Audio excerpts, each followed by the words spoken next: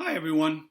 Today we're going to look at the book of Hebrews, chapters 9 and 10, and we're going to examine it from an ecological perspective.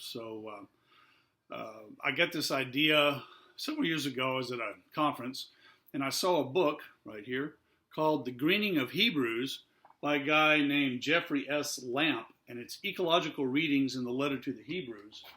And it was really a fascinating take on the book of Hebrews. And this is a good example of the ecological or ecocritical reading of a biblical book. So I'm going to start off with a question, and I'll pause just for a second to let you think about it before I give you the answer. What is the first death recorded in the Bible?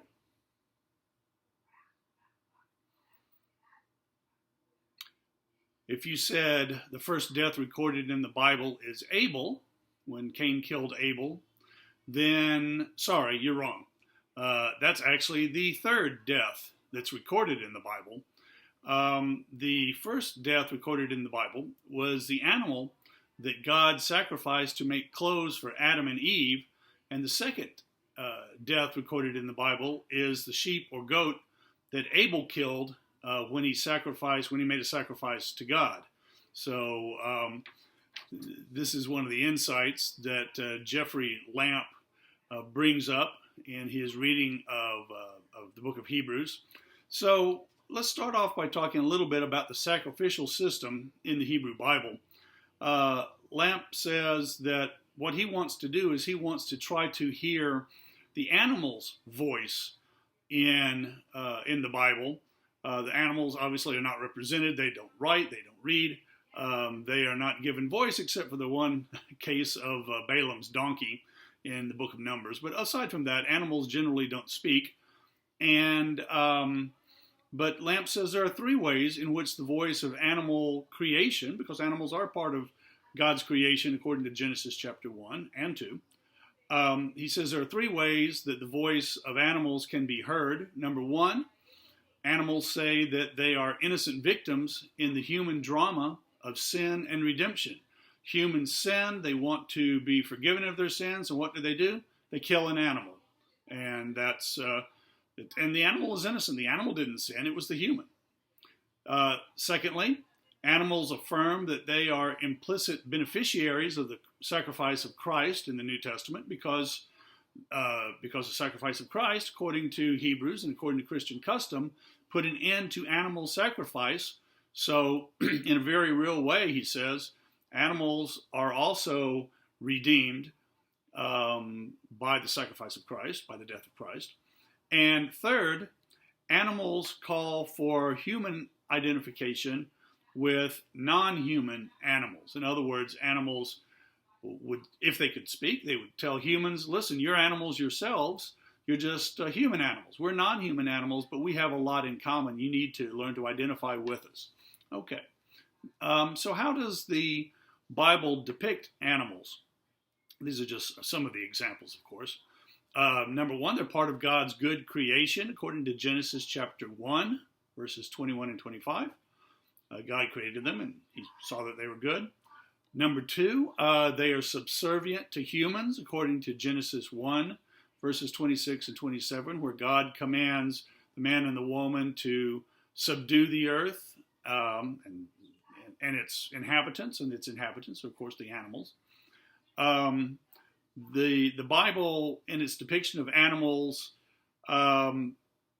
shows that God brings the animals to Adam in Genesis chapter 2, and he names them. And the act of naming is a way of saying that Adam has authority over the animals. I should also point out that he names the woman, too. Remember, this is a patriarchal society. But the act of Adam naming the animals shows that they have a diminished role in society in comparison with humans. Animals are preserved on the ark. God tells Noah, go out and get pairs of animals and bring them on the ark. And so, great, they survive the flood, they get off the ark, and what does Noah do? He promptly sacrifices one of them, and it says that God enjoys the sacrifice. So what is God's attitude towards animals, or at least what is the the humans who wrote the story, what is their perception of God's attitude towards animals? If you haven't ever seen the movie Oh God with George Burns, came out in the 80s, I think it was. It's an interesting commentary. There is an interesting commentary on God's relationship towards animals, particularly at the very end of the movie. That's an aside.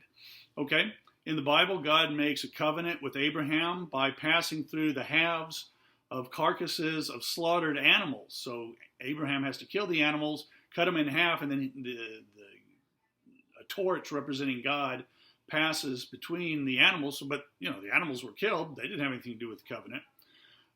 In fact, in Hebrew, the expression that is translated into English as to make a covenant, in Hebrew, it is literally to cut a covenant.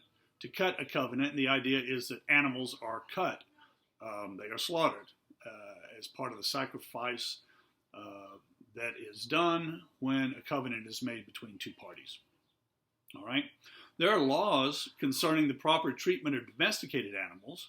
So, for example, it says, don't muzzle an ox while it's treading out the grain. That's Deuteronomy 25, verse 4. And there's a law that says that you need to relieve an overburdened donkey of its load. Exodus 23, verses 4 and 5. And then to jump to the New Testament, for one last reading, Romans chapter 8, verses 19 through 23 is a long passage in the one of the letters of Paul, in which he says that at the end of time, all of creation will be reconciled to God. And since animals are part of God's creation, even animals will be reconciled to God. So these are just some of the ways that the Bible refers to animals and some of the implications for the way that they are referred to. Now, let's get into Hebrews. Hebrews chapter 9, verses 1 through 10, talks about Christ's sacrifice in comparison to the earlier sacrifices that the Jews used to make, sacrifices of animals on the altar in Jerusalem. The author says, by the way, the author of Hebrews is unknown.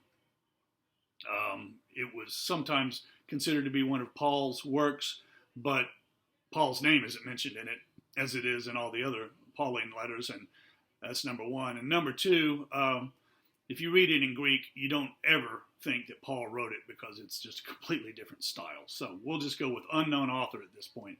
The author of Hebrews says that animal sacrifices were inadequate because if they had been adequate, then people would stop sinning. They would not only be forgiven of their sin, but they would stop sinning. But the fact that they didn't stop sinning shows that animal sacrifices were inadequate. Well, Lamp raises the question, if that's true, then why offer sacrifice in the first place? What was the purpose of it? If it wasn't adequate, then why do it? Now, people certainly thought that animal sacrifices had a certain amount of efficacy to appease God or to forgive sins, cover sins, expiate sin, whatever. And, of course, they were ordained by God according to the book of Leviticus. In fact, according to Hebrews 9:22, the passage that we're looking at, it says, without the shedding of blood, there is no forgiveness of sin. And so, according to the author of Hebrews anyways, it's absolutely necessary for blood to be shed, for sin to be forgiven. The author of Hebrews then, in Hebrews 10, verses 5 through 7, goes into the prophetic critique of sacrifice. This is echoed in Psalm 40, which is what the author of Hebrews quotes here. Sacrifices and offerings you have not desired, talking to God, but a body you have prepared for me. In burnt offerings and sin offerings you have taken no pleasure. Then I said, see, God, I have come to do your will, O God. In the scroll of the book it is written of me. So, in burnt offerings and sin offerings you have taken no pleasure, according to the psalmist and also several of the prophets. So this is a prophetic critique of people, of their sacrifice, that the sacrifice wasn't really changing their lives. Hebrews, the author of Hebrews, offers as well a Christological critique of sacrifice itself, saying that only the sacrifice of Christ was sufficient to get rid of sin, and therefore animal sacrifices were never really of any value at all.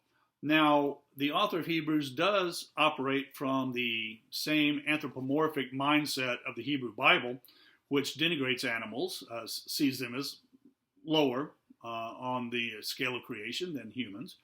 And he similarly compares animal sacrifices unfavorably to Christ's sacrifice, saying that they weren't efficacious, whereas Christ's sacrifice was. And this is Hebrews 10, verse 4. For it is impossible for the blood of bulls and goats to take away sins. Now, how would animals feel about this argument in the book of Hebrews? Well, Lampe examines that.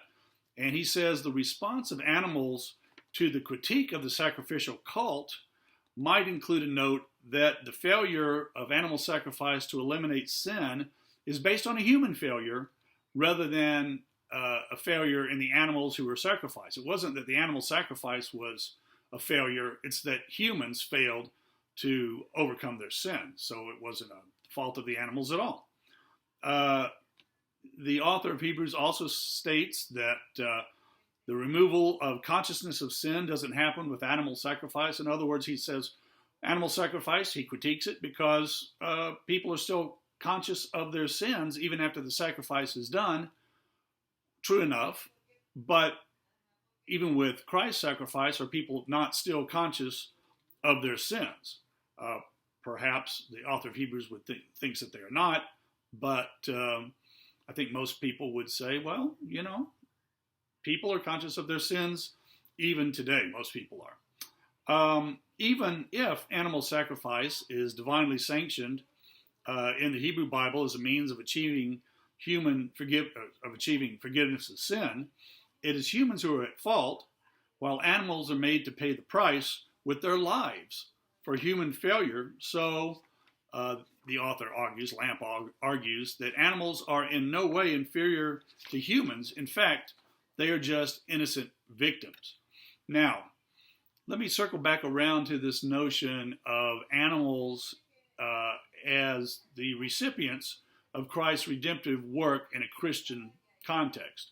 Animals, he says, Lampe says, may claim to be the objects of Christ's redemptive work alongside humans for two reasons. First of all, Christ's sacrifice directly eliminates the need for further animal sacrifice, thus freeing animals from the burden of offering their lives for humans.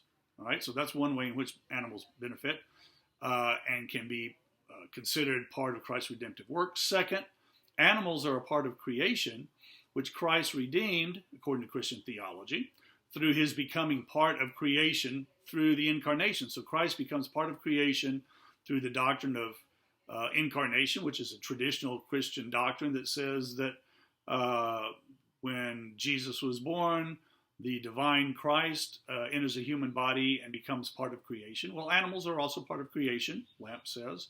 Therefore, the incarnation itself also speaks to animals. All right.